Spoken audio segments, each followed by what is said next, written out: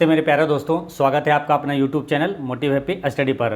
हम लोग Bihar SSC inter level के लिए जीके जीएस एवं करंट अफेयर की सटीक और शानदार तैयारी कर रहे हैं और कुछ ही दिनों में यानी कि बहुत जल्दी हम लोग शुरुआत करेंगे रेलवे एनटीपीसी का क्लास, जो कि सबसे नया बुक अभी आया हुआ है, सबसे शानदार बुक है आपका। ये किरण पब्लिकेशन का है। इसमें क्या है, पूरा प्रीवियस ईयर क्वेश्चन भी दिया हुआ है ना, पिछले वर्ष के हल प्रश्न पत्रों सहित और प्रैक्टिस सेट भी दिया हुआ है। ये आपका रेलवे के सभी एग्ज़ाम के लिए काफ़ी महत्वपूर्ण पुस्तक है ना। तो इसकी हम लोग डिटेल में इसका पूरा स्टडी करेंगे, ठीक है। तो इसकी भी हम लोग जल्दी ही शुरुआत करेंगे। तो अभी शुरुआत करते हैं। पहले ये जीके जीएस जो हम लोग पढ़ रहे हैं बिहार एसएससी का, ठीक है। तो इसका आज का पहला क्वेश्चन है, सार्वभौम तथा स्वतंत्र राज्यों के एक स्वैच्छिक संघ को क्या कहते हैं। तो सार्वभौम तथा स्वतंत्र राज्यों के एक स्वैच्छिक संघ को क्या कहते हैं। तो ये कहा जाता है परिसंघ कहा जाता है ना। इसका करेक्ट आंसर हो गया परिसंघ, ठीक है। यहाँ पर कुछ इंपॉर्टेंट क्वेश्चन पूछा जाता है, जैसे कि भारत राज्यों का संघ है, ये किस अनुच्छेद में कहा गया। तो अनुच्छेद 1 में कहा गया, ठीक है। भाग भी पूछे तो भाग 1 ही हो जाएगा, ठीक है। भाग 1 में और अनुच्छेद 1 में भारत राज्यों का संघ है, ये कहा गया, ठीक है। भाग 1 में है क्या, तो भाग 1 में अनुच्छेद 1 से 4 तक है और संघ और उसका राज्य क्षेत्र से संबंधित है, ठीक है।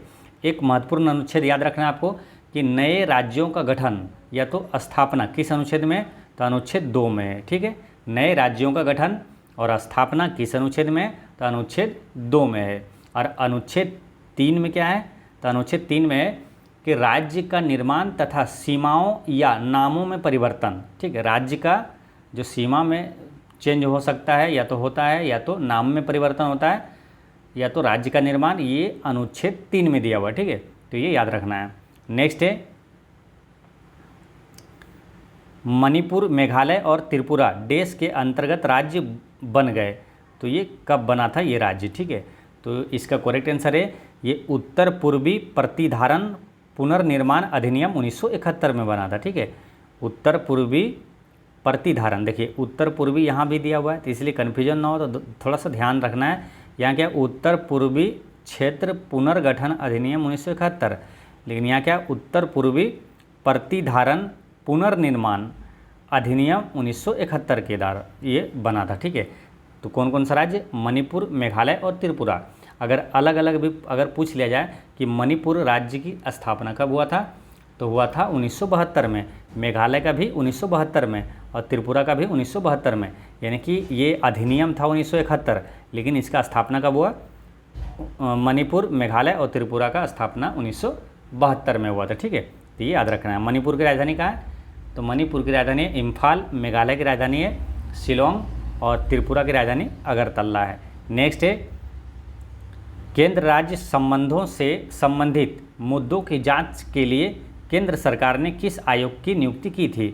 तो केंद्र राज्य संबंध जो है ये संबंधित है सरकारीय आयोग, है ना। सरकारीय आयोग का संबंध किससे है, तो केंद्र राज्य संबंध से ये रिलेटेड है, ठीक है। तो इसका आंसर क्या हो गया, सरकारीय आयोग हो गया, ठीक है। इसी तरह एक प्रश्न आता है कि किस आयोग ने सरकारी सेवाओं के सभी स्तरों में ओबीसी उम्मीदवारों के 27% आरक्षण की सिफारिश किया था। तो 27% आरक्षण ओबीसी के लिए किस आयोग ने सिफारिश किया था, तो मंडल आयोग ने किया था, ठीक है। तो याद रखना है मंडल आयोग। नेक्स्ट है, संघवाद के संस्थागत तंत्र में कितनी राज्य व्यवस्थाएं होती है। तो संघवाद के संस्थागत तंत्र में कितनी राज्य व्यवस्थाएं होती है, तो 2 राज्य व्यवस्थाएं होती है। इसका आंसर हो गया 2, ठीक है। एक होता है क्षेत्रीय स्तर पर और दूसरा राष्ट्रीय स्तर पर, तो यही 2 होते हैं, ठीक है। अच्छा, भारत में कैसी नागरिकता है, तो भारत में एकल नागरिकता है, जो कि ब्रिटेन से लिया गया है। नेक्स्ट है, जम्मू कश्मीर पुनर्गठन अधिनियम किस वर्ष पारित किया गया था। तो जम्मू कश्मीर पुनर्गठन अधिनियम ये पारित हुआ था 2019 में, ठीक है। यहाँ से 2 कतई जहर प्रश्न याद रखना है कि जम्मू कश्मीर राज्य का जो है केंद्र शासित रूप में ये कब गठित हुआ था, तो 31 अक्टूबर 2019, ठीक है। काफ़ी महत्वपूर्ण प्रश्न है, याद रखना है। जम्मू कश्मीर का केंद्र शासित प्रदेश के रूप में गठन कब हुआ था, 31 अक्टूबर 2019 को, ठीक है। लद्दाख का भी केंद्र शासित प्रदेश के रूप में गठन कब हुआ था, तो यही 31 अक्टूबर 2019 को हुआ था, ठीक है। यानी कि लद्दाख और जम्मू कश्मीर ये दोनों केंद्र शासित प्रदेश कब बना था, 31 अक्टूबर 2019 को, ठीक है। काफ़ी महत्वपूर्ण प्रश्न है ये, ऐसे के प्रश्न पूछा हुआ है, ठीक है। तो इसलिए ऐसे याद रखना है इसको। अक्टूबर, वहाँ ऑप्शन में दिसंबर भी रहेगा, तो ध्यान रखना अक्टूबर वाला है ना, 31 अक्टूबर 2019 को, ठीक है।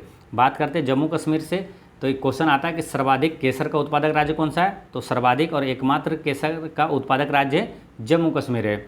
और राज तरंगनी का संबंध किससे है, तो कश्मीर के इतिहास से है। राज तरंगनी लेखक कौन है, तो है कल्हन। और लद्दाख से एक क्वेश्चन याद रखना है, भारत में सबसे कम वर्षा कहाँ होती है, तो लद्दाख की राजधानी लेह में होती है।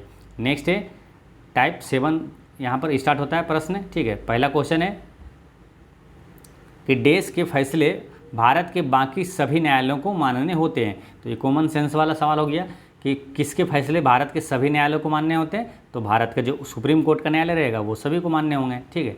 तो इसका आंसर हो जाएगा ऑप्शन नंबर 1 हो जाएगा, ठीक है। अब सुप्रीम कोर्ट, हाई कोर्ट के बारे में ये टाइप देखिए, ये जो टाइप है ना टाइप 7, इसमें आएगा आपको सारे सवाल आएंगे आपको सुप्रीम कोर्ट और हाई कोर्ट से रिलेटेड आएगा, ठीक है। तो इसलिए इस बुक में क्या है, सबसे अच्छी चीज़ है टाइप वाइज प्रश्न दिया हुआ है, तो एक ही टाइप के जब प्रश्न लगातार करते हैं तो वो सभी याद हो जाता है बहुत आसानी से, ठीक है। तो सुप्रीम कोर्ट की बात करते हैं। सुप्रीम कोर्ट की स्थापना कब हुआ था, 26 जनवरी 1950 को हुआ था, जब भारत का संविधान लागू हुआ था, तो उसी समय ही सुप्रीम कोर्ट का भी स्थापना हुआ था। 26 जनवरी 1950 को सुप्रीम कोर्ट की स्थापना हुआ था, लेकिन 28 जनवरी से ये अस्तित्व में आया था, ठीक है। सुप्रीम कोर्ट का पहला मुख्य न्यायाधीश कौन थे, तो वो थे हरीलाल जे कानिया, है ना, याद रखना है हरीलाल जे कानिया, कई बार एग्जामों में पूछा हुआ ये। और सुप्रीम कोर्ट की पहली महिला न्यायाधीश कौन थी, तो फातिमा बीबी थी, ठीक है। एक चीज़ ध्यान रखना, सुप्रीम कोर्ट का अभी तक कोई भी मतलब महिला मुख्य न्यायाधीश नहीं बनी है, ठीक है। सिंपल न्यायाधीश बनी है वो है फातिमा बीबी। तो क्वेश्चन ये आता है कि सुप्रीम कोर्ट की पहली महिला न्यायाधीश कौन बनी, तो फातिमा बीबी। और हाई कोर्ट की पहली महिला मुख्य न्यायाधीश कौन बनी, तो लीला सेठ, जो कि हिमाचल प्रदेश से बनी थी, ठीक है। लीला सेठ क्या है, हाई कोर्ट के मुख्य न्यायाधीश बने थे, लेकिन सुप्रीम कोर्ट का भी मुख्य न्यायाधीश कोई भी महिला नहीं बनी है, ठीक है। तो याद रखना है, फिर समझिए, सुप्रीम कोर्ट का पहला मुख्य न्यायाधीश था हरीलाल जे कानिया, पहली महिला न्यायाधीश सुप्रीम कोर्ट का फातिमा बीबी। हाई कोर्ट की पहली महिला मुख्य न्यायाधीश वो लीला सेठ, जो कि हिमाचल प्रदेश की बनी थी, ठीक है। आज सुप्रीम कोर्ट और हाई कोर्ट ये दोनों अनुच्छेद भी याद रखना है आपको। तो हाई कोर्ट किस अनुच्छेद में, हाई कोर्ट है अनुच्छेद 214 में 214, और सुप्रीम कोर्ट किस अनुच्छेद में, तो ये एक को इधर अगर ले आते हैं यानी कि 1 to 4 है ना, 1 2 का 4, ये है सुप्रीम कोर्ट।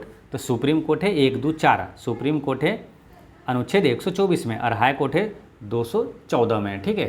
तो ये याद रखना है। अच्छा, रीट कौन जारी करता है, सुप्रीम कोर्ट या तो हाई कोर्ट या दोनों या तो कोई नहीं।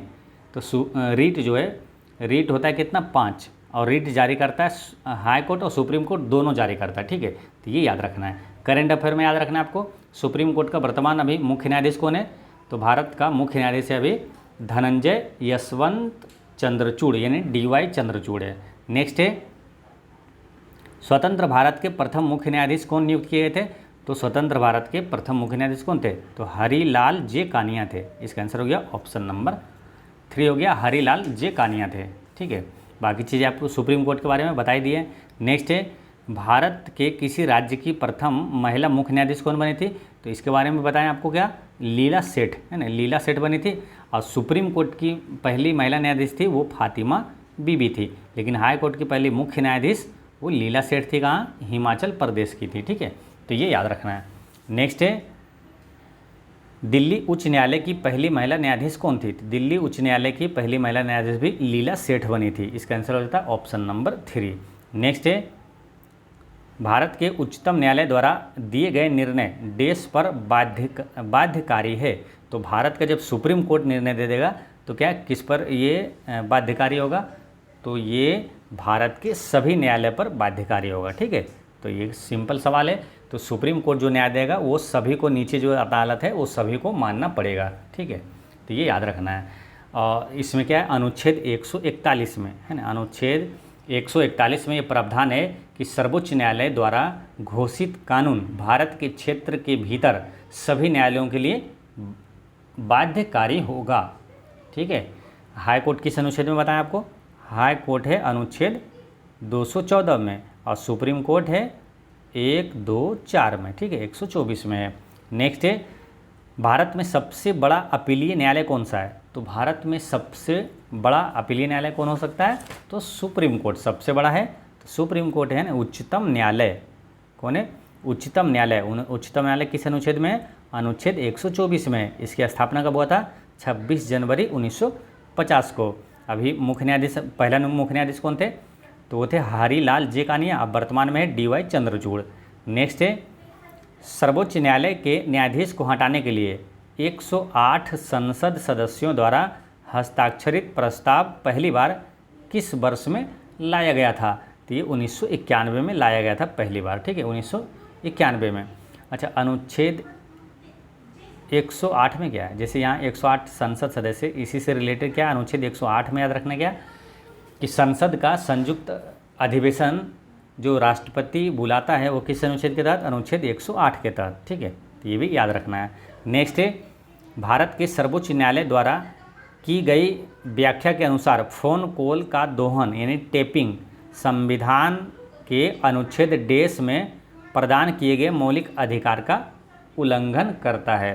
तो यह है अनुच्छेद 21 का उल्लंघन करता है। ठीक है, अनुच्छेद 21 में प्रदान किए गए मौलिक अधिकार का उल्लंघन करता है। ठीक है, ये 4 ऑप्शन था, इसका आंसर क्या है? अनुच्छेद 21 में। ठीक है, तो एक बार क्वेश्चन फिर समझिए। भारत के सर्वोच्च न्यायालय द्वारा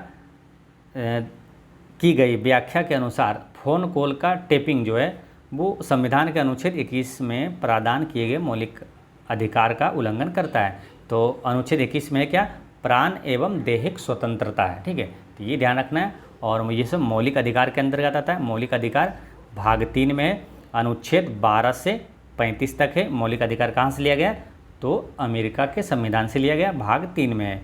और भाग 3 को भारत का मैग्ना कार्टा कहा जाता है। नेक्स्ट है, निम्नलिखित में से कौन तेलंगाना की पहली महिला मुख्य न्यायाधीश है? तो तेलंगाना की पहली महिला मुख्य न्यायाधीश वो है हिमा कोहली। इसका करेक्ट आंसर है हिमा कोहली। नेक्स्ट है कि निम्न में से किस वर्ष में ईस्ट इंडिया कंपनी द्वारा कलकत्ता में सर्वोच्च न्यायालय की स्थापना की गई थी? तो कलकत्ता में सर्वोच्च न्यायालय की स्थापना ये कब किया गया था? तो इसका करेक्ट आंसर है 1773 है ना। ईस्ट इंडिया कंपनी द्वारा 1773 में सर्वोच्च न्यायालय कोलकाता में स्थापित हुआ था। नेक्स्ट है, स्वतंत्रता के बाद निम्न में से किस वर्ष में भारत का सर्वोच्च न्यायालय अस्तित्व में आया? तो इसकी सर्वोच्च न्यायालय जो है सुप्रीम कोर्ट की स्थापना हुआ था 26 जनवरी 1950 को, लेकिन अस्तित्व में आया था ये 28 जनवरी 1950 को। ठीक है, तो 1950 इसका आंसर हो जाएगा, ऑप्शन नंबर 3 हो जाएगा। नेक्स्ट है, निम्न में से कौन भारत का पहला लोकपाल बना? तो भारत का पहला लोकपाल कौन था? तो भारत का पहला लोकपाल था पिनाकी चंद्र घोष। इसका करेक्ट आंसर है पिनाकी चंद्र घोष। ठीक है, और वर्तमान में भी याद रखना है कि वर्तमान करेंट अफेयर में भारत का जो वर्तमान लोकपाल है वो कौन है? अजय मानिकराव खानविलकर।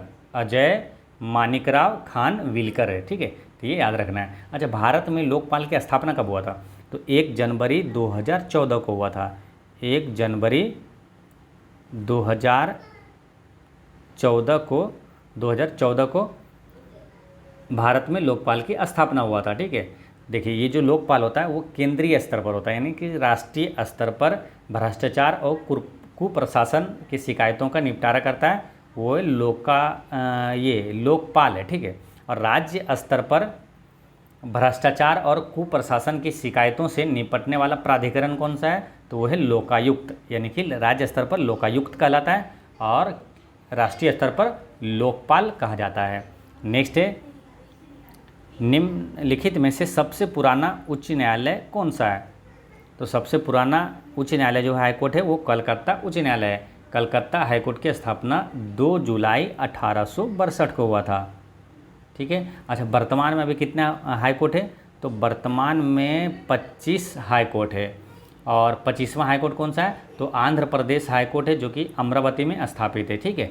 अच्छा, पटना हाईकोर्ट की स्थापना कब हुआ था, तो पटना हाईकोर्ट की स्थापना 1916 में हुआ था। अब पटना हाईकोर्ट जब भी पढ़ना है तो पटना विश्वविद्यालय भी साथ में रिवीजन कर लेना है, क्योंकि पटना विश्वविद्यालय की स्थापना 1917 में हुआ था, ठीक है। तो पटना हाईकोर्ट की 1916 और पटना विश्वविद्यालय की 1917 में हुआ था। नेक्स्ट है, सर्वोच्च न्यायालय का न्यायाधीश अपना त्यागपत्र किसे सौंप सकता है, तो सर्वोच्च न्यायालय का न्यायाधीश अपना त्यागपत्र भारत के राष्ट्रपति को सौंपता है, ठीक है।